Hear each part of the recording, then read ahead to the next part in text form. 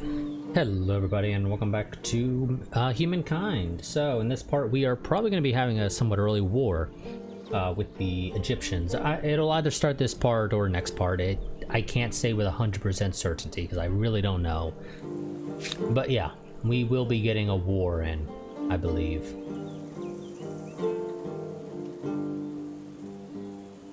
We are going to want to go ahead and get a couple of troops started.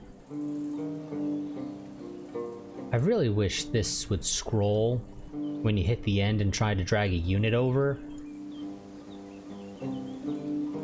Like, why doesn't it?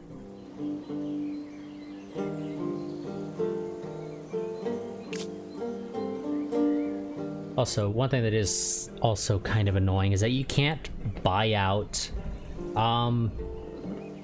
queued up construction things for reasons. Maybe it's just me, but it would make sense to allow me to be able to buy it out. Sure, it's in a queue, but I mean, if I want to buy it out now, let me. The game did not actually drag it, even though I very clearly had my hand on it.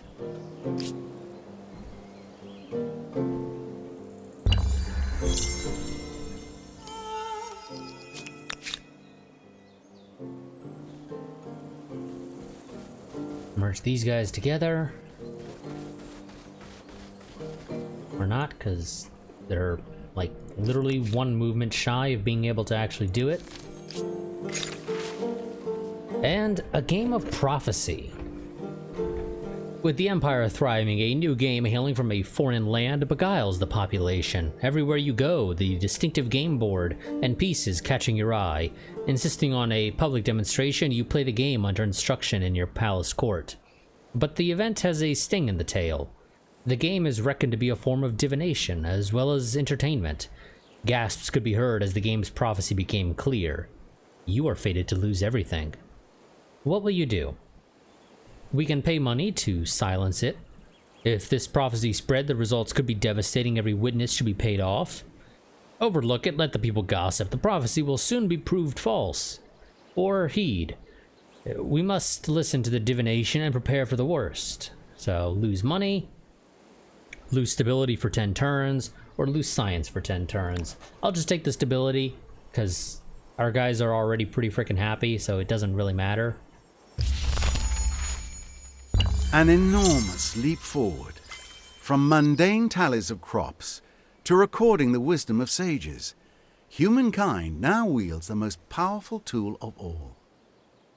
We have gotten writing, which gives us laws, reduces the influence cost of civics, which is helpful, but we're not going to be really using it right now. Now, things that one generation learned can be passed to the next, via something more reliable than campfire stories. And because we were the first one to discover writing, we get a world deed for a free extra 50 fame. We also now have enough influence to be able to get ourselves the first ever wonder of ours. Also turns out to be the first wonder in the game. So, wonders work differently than they do in Civilization. In Civilization, it's basically a race against the clock to pump out a wonder. Which also results in you being able to spend 20 turns trying to build a wonder, but because somebody else has a little extra production or started earlier than you did and you didn't know they were started, they finish it and you get nothing for all of that production that you put into building the wonder. It's literally wasted in Civilization. Here in Humankind, it works in that you gain influence. Once you have reached a certain amount of influence gained, you are able to claim a wonder. Now, you can only have one wonder claimed at any point in time, so you gotta build the wonder you claimed if you want to be able to claim any new ones down the road. But it at least allows you to make sure that you're the one who gets it built. And of course, you can theoretically take however long you want to build it. There's really no downside to using that strategy. I probably wouldn't use it. I generally try to pump these out as soon as I possibly can, unless I have bigger things going on. But yeah, we're gonna go with the Temple of Artemis because I do like the your units ignore movement penalty from forests. And also the plus 10 health regeneration on unit is kind of nice as well.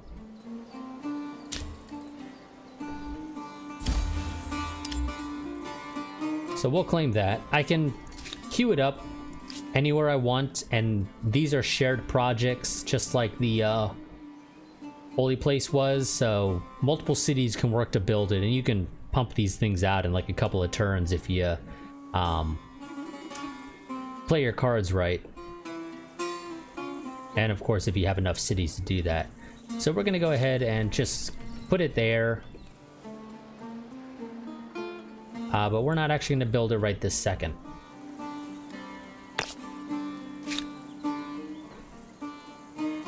We are gonna wanna go ahead and get that lumber yard out and then get some more production stuff out as well.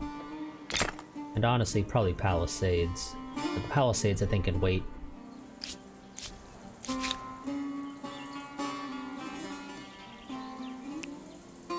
Actually, go there.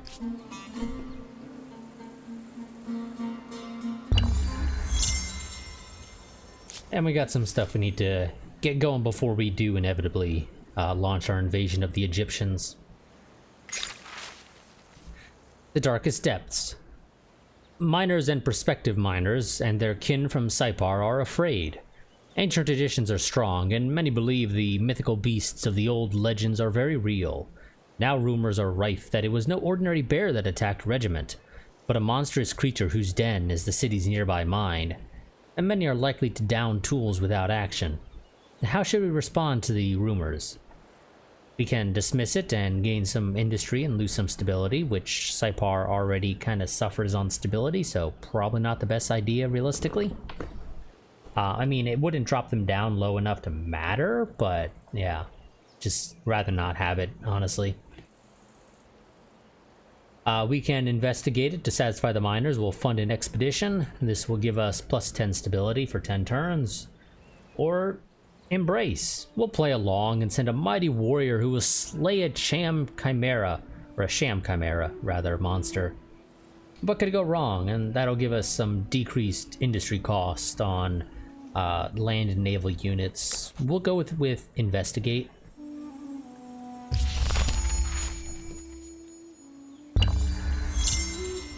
And presumably those events have both positive and negative type outcomes. Keeping an eye out.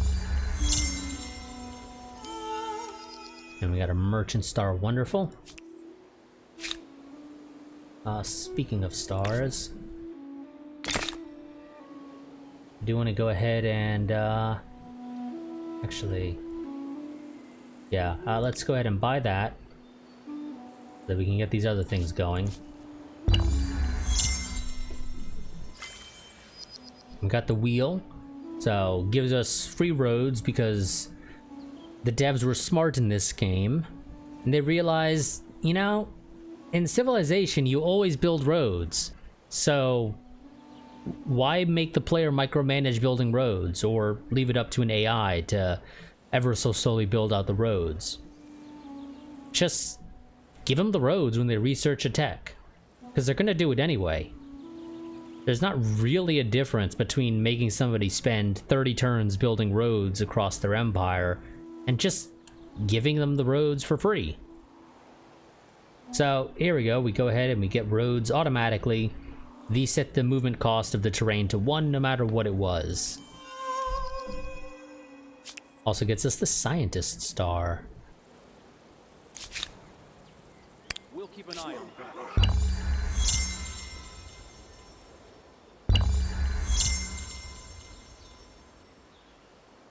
Also, how are we doing over here? Not the greatest, but also not the worst, honestly. Unsurprisingly, no rabid monster was discovered. In fact, the expedition found nothing more than endless tunnels leading nowhere. Once they knew the falsity of the rumors, the miners openly mocked the soldiers who struck into the darkness, expecting monstrous terrors. After many days confined underground, the expedition emerged into the sunlight exhausted, demoralized, and ashamed. So shame, the expedition's shame is every soldier of the Empire's shame, lethargic on 10 units for 10 turns, which is -1 movement speed.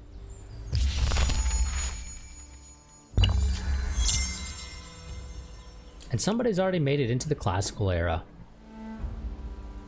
It's not a big deal. It's a minor annoyance, but it's not a big deal. This also gets us reinforcements finally, so if we have 2 armies nearby, they can actually, one can join the battle afterwards. And we have the option for our first calendar. The invention of the calendar heralded a glorious day in the Empire's history. Now, with 2 major cities and numerous farming affairs needing to be harmonized across the land, it is time to standardize this calendar. Traders must have an easy means of synchronizing their activities, but what means do you wish to, by what means do you wish to track the days? We can do a this, as far as I can tell, has no real effect. The only effect it has is on which social axis you lean towards. Beyond that, it has no effect as far as I know. We're gonna do a solar one, so the learned assure you that this calendar will better stand the passing of the seasons. We also have techs, and technically, yes, we are behind on techs. We're actually finishing up ancient techs when we should be researching classical techs. Yeah, let's go ahead and get standing army for better melee units. And then hydrology, fortifications, and philosophy. And then we will backtrack to sailing and trade expeditions.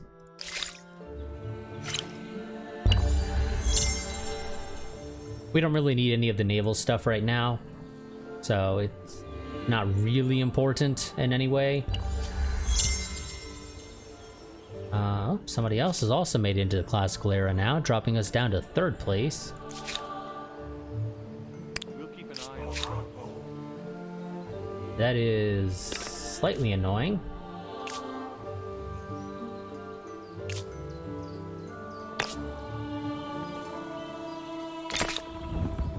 Let's go ahead and get ourselves another star. We need 1 more to be able to get out. But we're not that far behind getting the aesthete star, or another one, rather.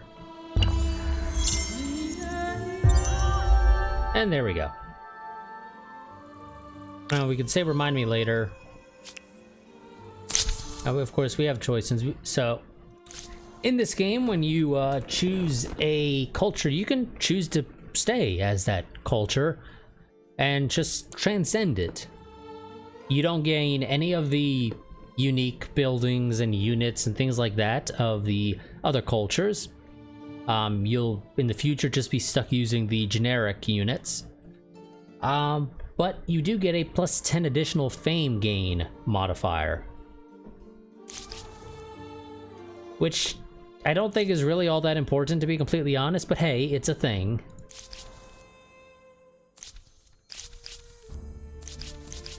I'm inclined to go for the Romans. I just find that they're actually really nice here.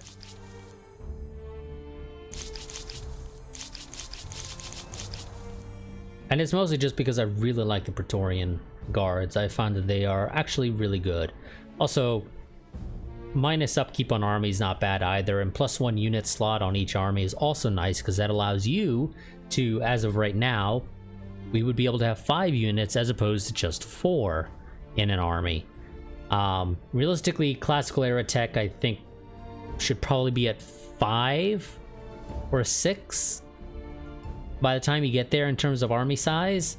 So we would be +1 of whichever one it is. I don't actually recall off the top of my head what classical era is for size of your army, because that increases as you progress through the tech tree. There will be techs that give you an extra unit slot.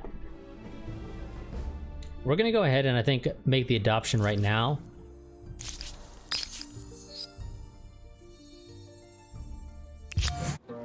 As urban centers grow, both ideas and sewage are generated at a record pace. Arts and sciences flourish as military tactics and mathematical equations become as coveted as physical goods. Empires struggle to control these intangibles, however, as some might trouble their stability. Though the Romans did indeed appreciate intangibles, I might be tempted to say that their most famous creation was their legions, which were very tangible indeed.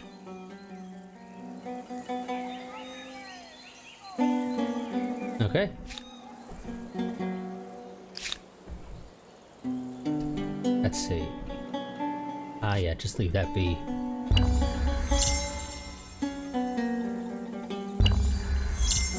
We have a civic to choose. Independent peoples, we're gonna do with assimilate.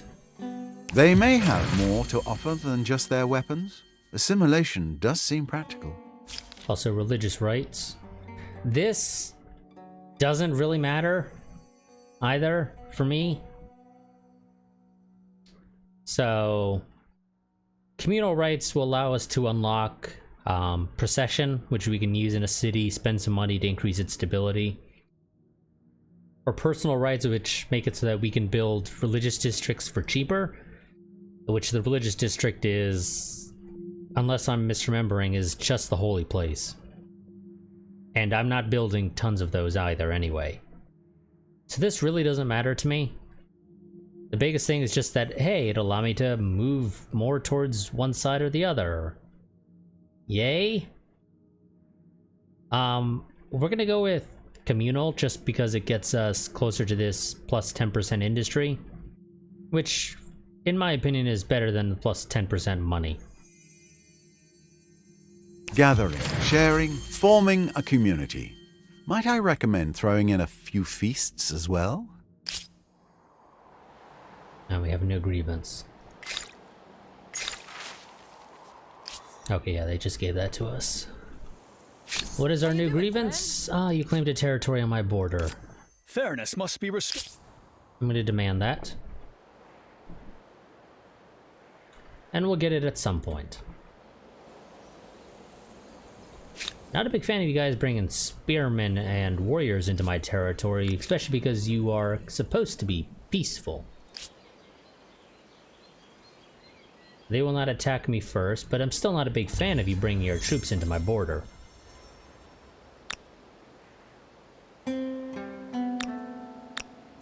More people joining us in the classical era. A weave of iron and blood. In recognition of your elevated status on the world stage, a great artist has been accompanying you and the retinue as you travel the Empire and beyond. Now, many months later, the artist and their team have completed their great masterpiece, a brilliant tapestry that stretches the length of the palace, and its embroidered scenes are depicted great glories, marvelous cities, and the people's adulation of your rule. How should such a marvel best be used? We can hang it, save industry cost on units, divide it. Every army will carry a scene, so the ferociousness of their love for the Empire is restored anew every day. +1 combat strength for 10 turns, or sell it. The Imperial coffers need the coin, though it does risk angering the citizens. This has the chance of triggering another narrative event, but gives us +15 money for 10 turns. I don't think I've actually seen this event, surprisingly, even though I've played a number of games here. I do not recall this one for some reason. None of these are particularly important to me. I do want to note, I really don't care for either of these. Divide is just not super useful in my opinion. +1 combat strength for 10 turns? Sure, I don't care. Prosperous, some money is nice, but I imagine the narrative event is probably going to be a negative. So I guess we'll just take hang. We'll hang it up on a wall. It'll be displayed on the outer walls of the palace so all citizens of the capital may be inspired. And we'll I guess, take this opportunity to try and pump out a couple extra units.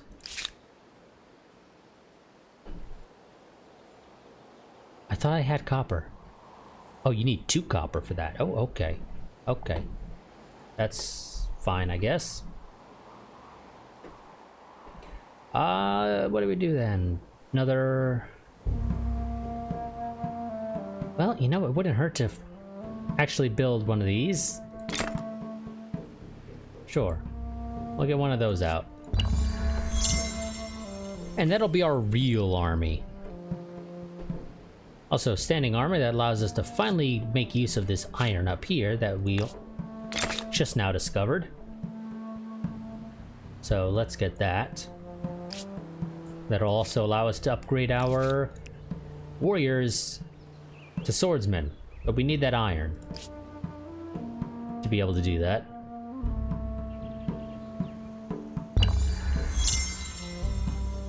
So that'll be a couple of turns of just sort of clicking end turn while we wait.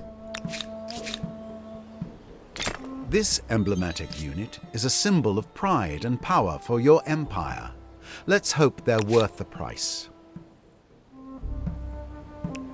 Okay, let's go ahead and start moving our army up here.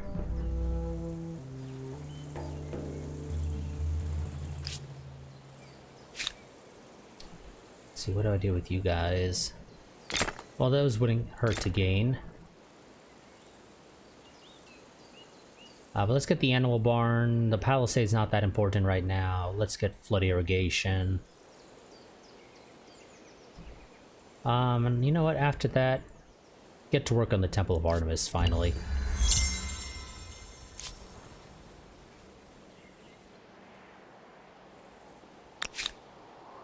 And you know what? Actually, let's claim this so that they don't take it from us.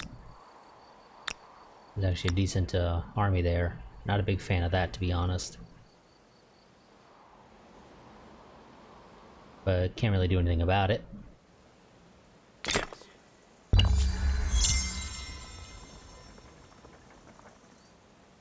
Lost some population in Saipar because they do not have enough farming districts to maintain their population. Let's get that. Don't need them starving to death on me.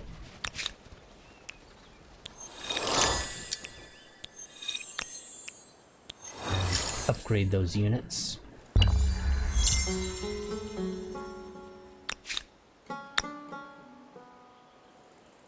No, game, I'm fine building it right here where you initially recommended it.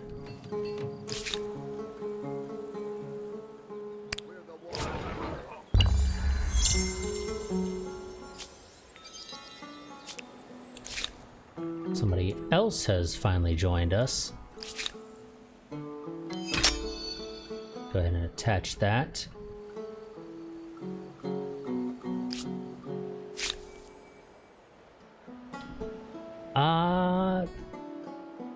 Okay, maybe we'll... So once this converts to shamanism, we'll probably start converting these guys. Because you have to have a border, and we do technically have a border now.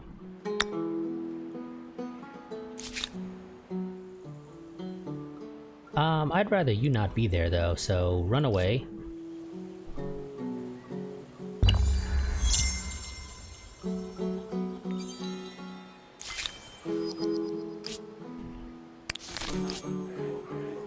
And we have an urgent affair. What's this? The last of their line. A troubling truth has emerged regarding the great stable megalopolis of Saipar. Many servants from the city's palace have been castrated at the command of the local ruler. These eunuchs are believed to be more loyal, and they are said to play a number of roles, from courtier to singer to guard. What is your view on this matter? We can accept it, just gives us some more... well, actually, not more. Moves our economic access towards individualism, punish them, moves the order access towards authority, or adopt it. Modifies the social access towards tradition, which I don't really care for. Actually, I really don't care for any of these. I think we'll just accept it because it won't move us out of our current area. And we don't gain a penalty to industry in this case. And I don't really care for the bonus to stability in Saipar, because it doesn't really matter in the grand scheme of things. Yeah, get those units out if you guys don't mind.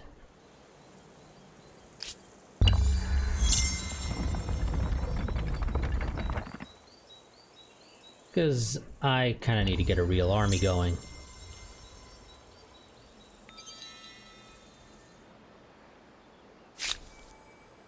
One more turn and then they're converted.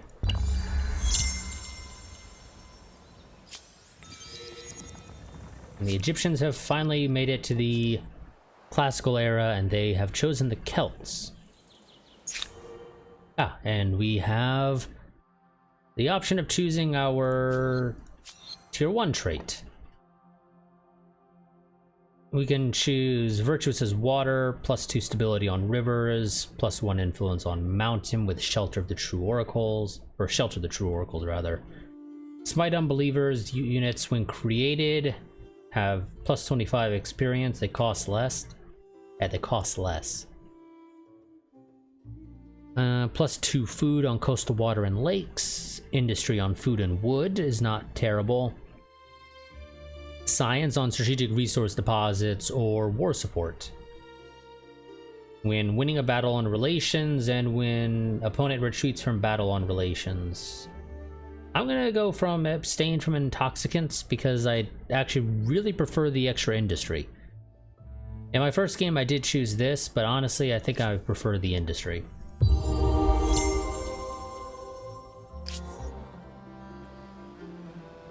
I just think it's significantly more useful in the grand scheme of things.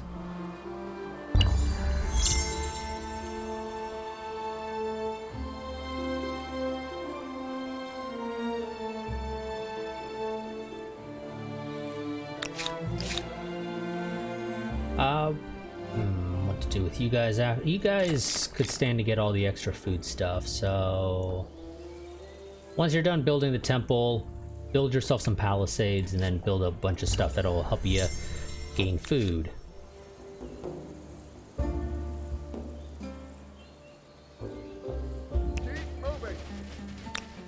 I'm gonna have you guys help to defend the city, although admittedly this city being on a hill like this is actually kind of hard to attack. If it does get attacked, you'll see why, but the way deployment works, this city is actually probably going to be not necessarily impossible, but it will be very difficult to assault.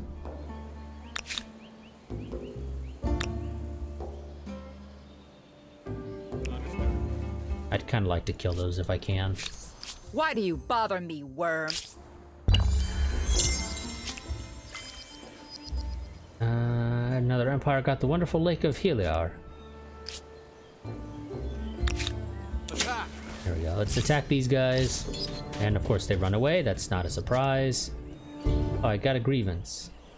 Oh, no. The Celts forgave the grievance of me attacking them. They shouldn't have. But they did.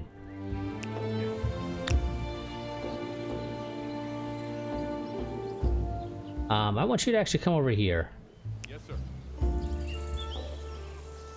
Because I'm curious if they built an actual city here or if this is just an outpost that's been attached to the city. I'm going to assume it's just an outpost, but I want to double check if I can. Although, of course, that's assuming I can get close enough. I don't actually know if I can. Ah, the structure for Dominion. The capital is the Empire's true seat of power, but now other cities with energetic populaces rise to prominence. Their leaders and other influential figures want sway over the Empire's affairs, and the question of who wields power must be answered. Well, our choices are small councils or autarch. The absolute will be of the leader, or the absolute will of the leader should not be diluted, or a handful of the wisest heads to give good counsel. Personally, I really like city cap. Plus 25 stability on capital is worthless in my opinion, because your capital will almost always have maxed out influence or damn near close to it. So you don't really need it, in my opinion. You really don't. So I've always taken small councils for that +1 city cap, which will be immensely useful when we do go to war with the, well, now Celts instead of Egyptians. Most problems eventually yield to the onslaught of more brains.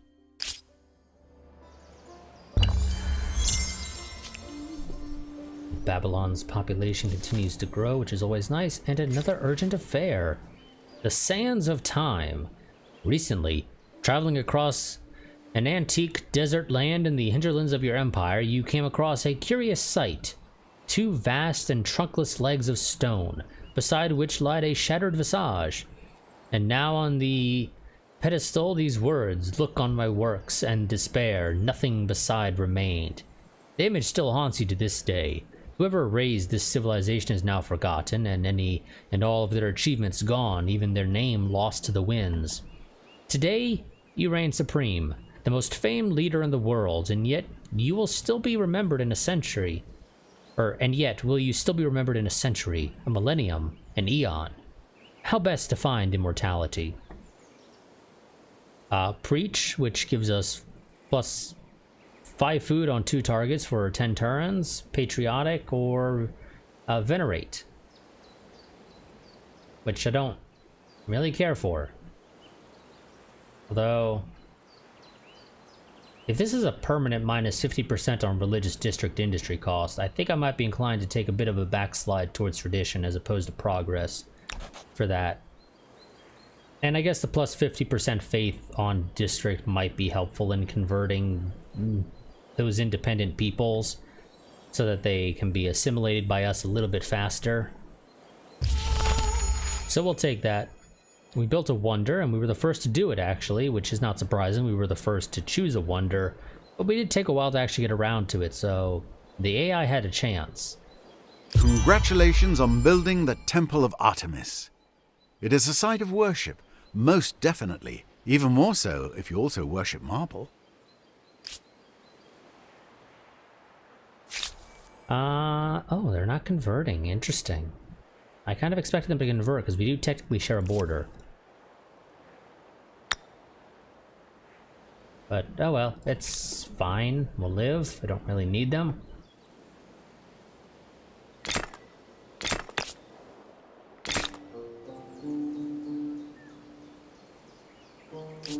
Oh, have we? Oh no, we haven't gotten that either. Wow, really? Also, you are really fucking draining. Get those public fountains.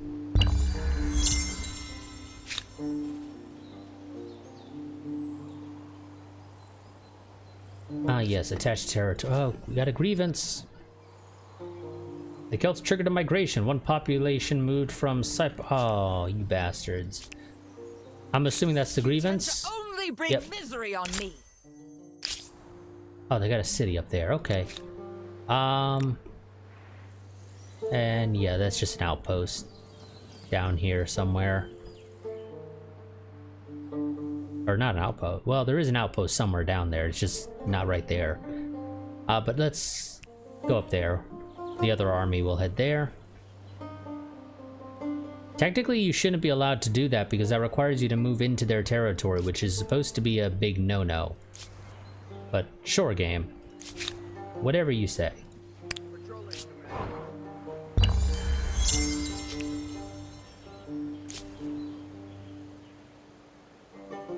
Let my guys make a move because your pathing allowed them to make a move they should not be allowed to make.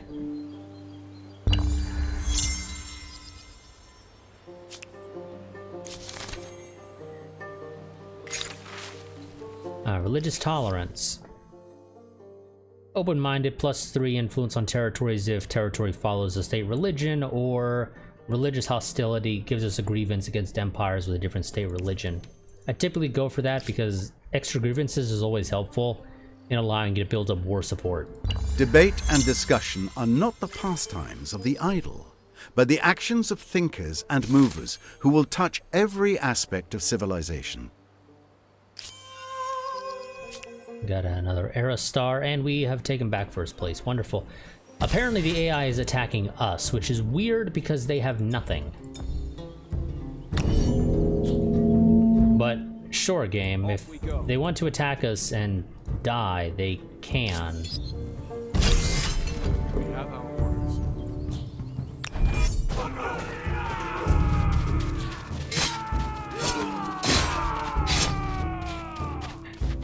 Thank you for doing some damage to me, but I'm still gonna murder you.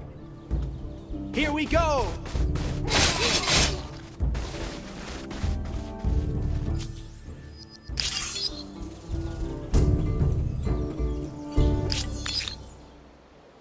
Come on. Oh, you can't because those guys are blocking your path right now. Animal magic. As the harvest season draws close, the common folk are worried. With many farms scattered across the empire, last year an infestation of rodents, largely rats and mice, plundered granaries. However, rumors have it that one enterprising village mitigated the problem by using cats. But you also know that sailors use a new kind of predator named a ferret. Which of them will we employ officially? It doesn't really matter. Again, this just sort of moves you along your social axis in this case, but it just moves you along one of these axes here. We'll go with ferrets so that we don't backtrack and to losing some of our science bonus that we're gaining. But yeah, it still doesn't matter. This place could stand to have a little bit of a build-up. So let's go ahead and queue up some of those as well down the road.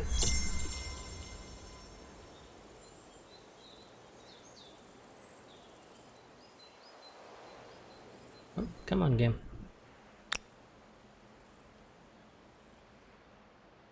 Not this turn. There we go. That turn wanted to take a while. Let's go ahead and snag that. A little bit of money, always useful.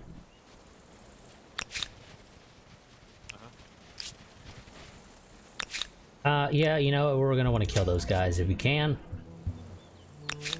Oh, also, are you still wounded? Nope, you've already healed up. Wonderful.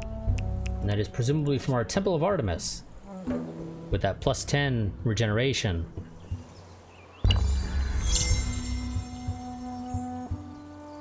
Are you actually coming at me? You are, you fool! They are foolish. That was a terrible plan on their part. And this is actually the army that has an archer. Although theirs does as well. But still. No, game. You're not putting the archers up front. No matter how much you think that is a brilliant idea, it is a stupid idea.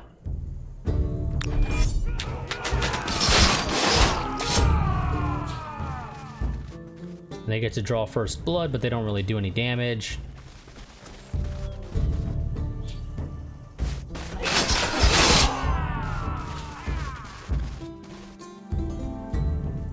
Okay, you finish those guys off. Just get them out of here.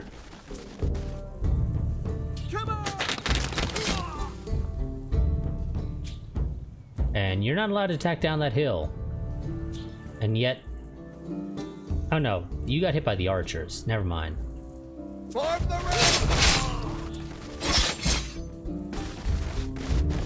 Game decided that they don't live with 0.01 XP, or 0.01 health. So game went ahead and said, yeah, no, they die, even though it wasn't reporting a death for them. They just decided, yeah, there's no way they're living.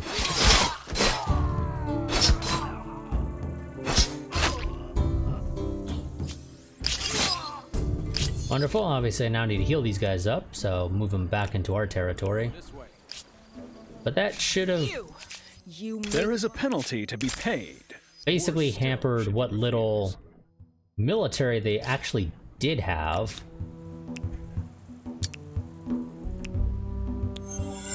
I'll go ahead and pay to get that heal up, so I'm not sitting around waiting forever. Now we can go ahead and declare the war. We're not going to do it right this second, but we will be doing it momentarily. Ready for contact. I do want to wait for these guys to get back into position so they can quickly push down onto Memphis, and we already have yet another new wonder we can claim, and another grievance. What is it this time? Make my Okay. Game says I have one, but it's not actually showing me what it is. Lighthouse of Alexander is not terrible.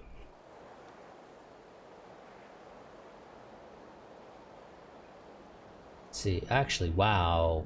Colossus of Rhodes is actually decent. Militia are not lost over time during sieges, which means you can't just wait out an army, or wait out sieging down a city to win it. You would have to assault it. But I think we're gonna go with... Yeah, I just don't think the Hanging Gardens of Babylon is good. It must be placed on a luxury resource deposit, and it extracts whatever it's built on. That doesn't matter at all. I mean, the sheer amount of time it takes to build this is significantly longer than just building the normal building you would build to extract that luxury resource. So I don't really care for Stonehenge, especially because I don't really know how it works, honestly, and I don't really care to test it out. So we're gonna go with Lighthouse of Alexandria, make our naval units a bit better.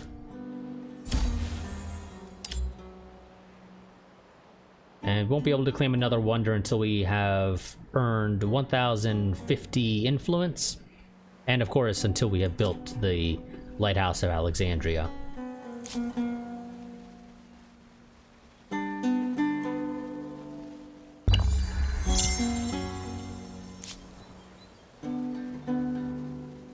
Another grievance. What the hell did they do now? Claim territory on my border. Give it.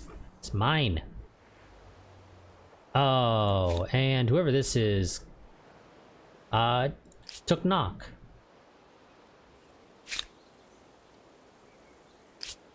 I'm actually gonna go ahead and take one of you guys out. I want you to go ahead and claim areas around Babylon for me, if you don't mind. So we're gonna have to fight whoever purple is, which I don't know who they are. Okay, here we go. Now, technically we can siege the city here because they have a district up there. I don't know if it's actually a good spot to attempt to siege from. We would only have 4 deployment zones for ourselves with 5 units, which kind of hurts us. It might be useful not sieging until we go down.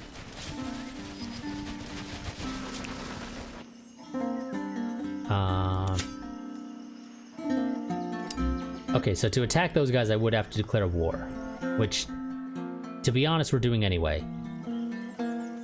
That's actually a much better place to siege from.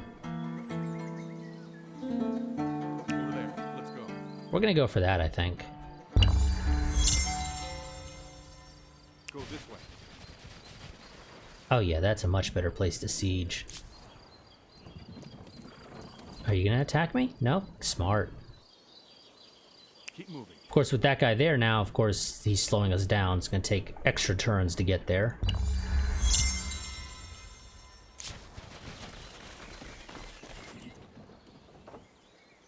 Okay, there we go. Now we're gonna get there next turn. Cypher gained population, trade expeditions researched. Celts triggered migrations. But don't worry, we'll be getting our population back. Because we're gonna take it by force.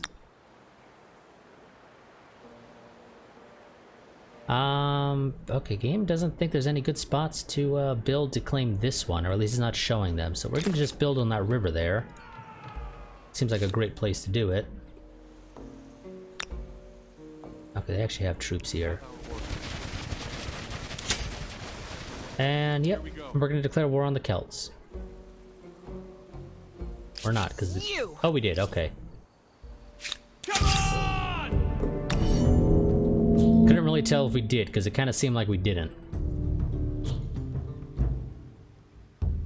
Is the enemy gonna actually be able to use reinforcements? They are.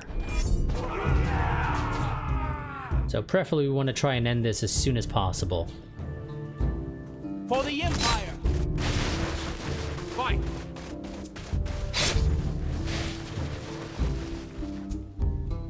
Forward!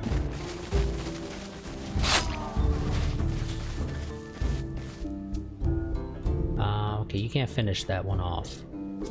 Go! Which kind of sucks, because I really wanted you to. It's my timer. We'll go ahead and finish this battle, at least.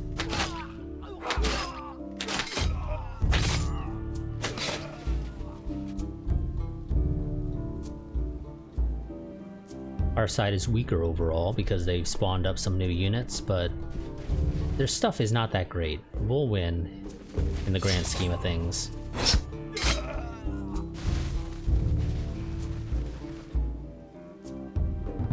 To battle!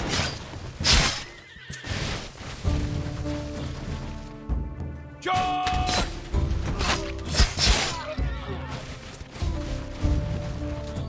Let's see. So, thing is, game, I think I would do more damage attacking from up here. Let's go! And that is definitely true. For some reason, your pathing there did not take into account the bonus of sitting on this hill and attacking downhill. If those guys attack me, they're dead. Fight! Yeah, they were smart. They realized that's a terrible plan. Let's not do that. You would not be able to get there. Attack! Battle. Now, we might need to pull back after this battle to heal our guys.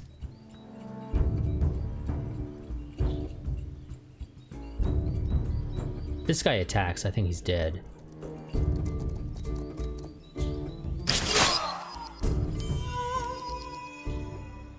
Okay, they retreated. Yeah, we're gonna have to pull back. So we're gonna go ahead and launch this siege. Now, I can wait to get out the battering ram. It takes 2 turns, but they're not that powerful, and they don't have anything that they can call for reinforcements, because their things over here are too far away. So, yeah, we're just gonna go ahead and assault immediately. They have 4 units. They're probably going to be deployed along here if I had to make a guess. They might even be stupid enough to deploy outside.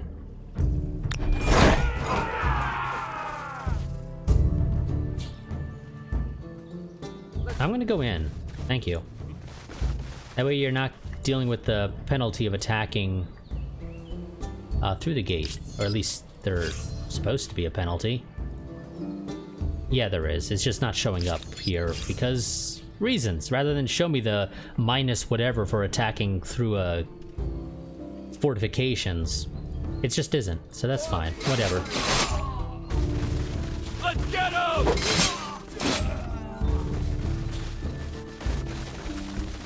To battle! Charge! March! And you get on their point. And can you attack? Oh, you can. Wonderful. Now do a little bit of damage. Why not?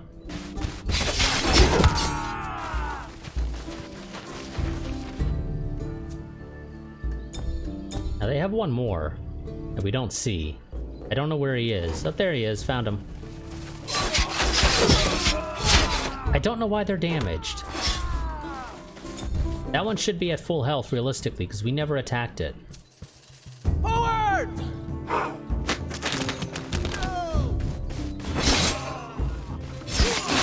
Not in this world. Okay, yeah, sure. Run all the way over there, attack. If you don't finish them off, the spearman will. Let's take them!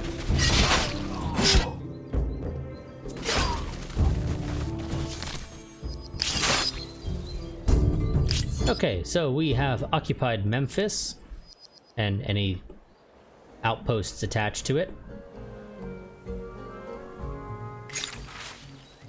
Cultural blessing. We don't have the points for that, so we'll just ignore it for now.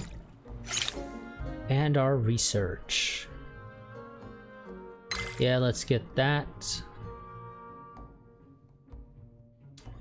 Siege tactics is not tactics is not a bad thing to get either. I think go for craftsmanship, rhetoric, conquest, imperial power, siege tactics, and then foreign outposts.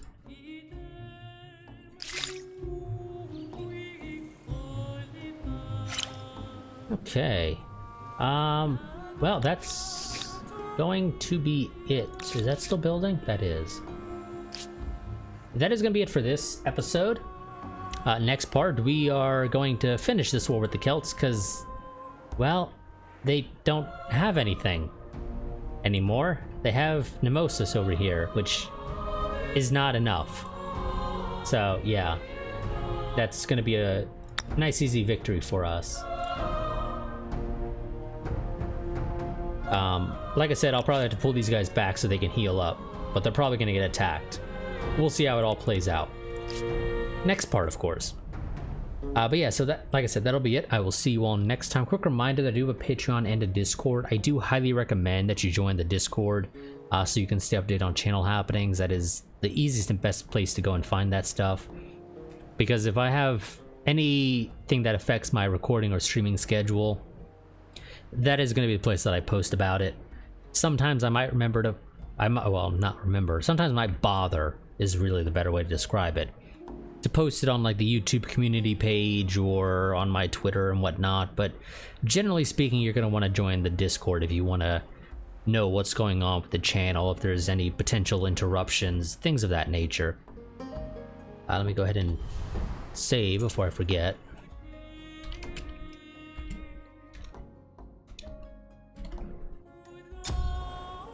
And so yeah, like I said, I will see you all next time, but until then, goodbye and farewell.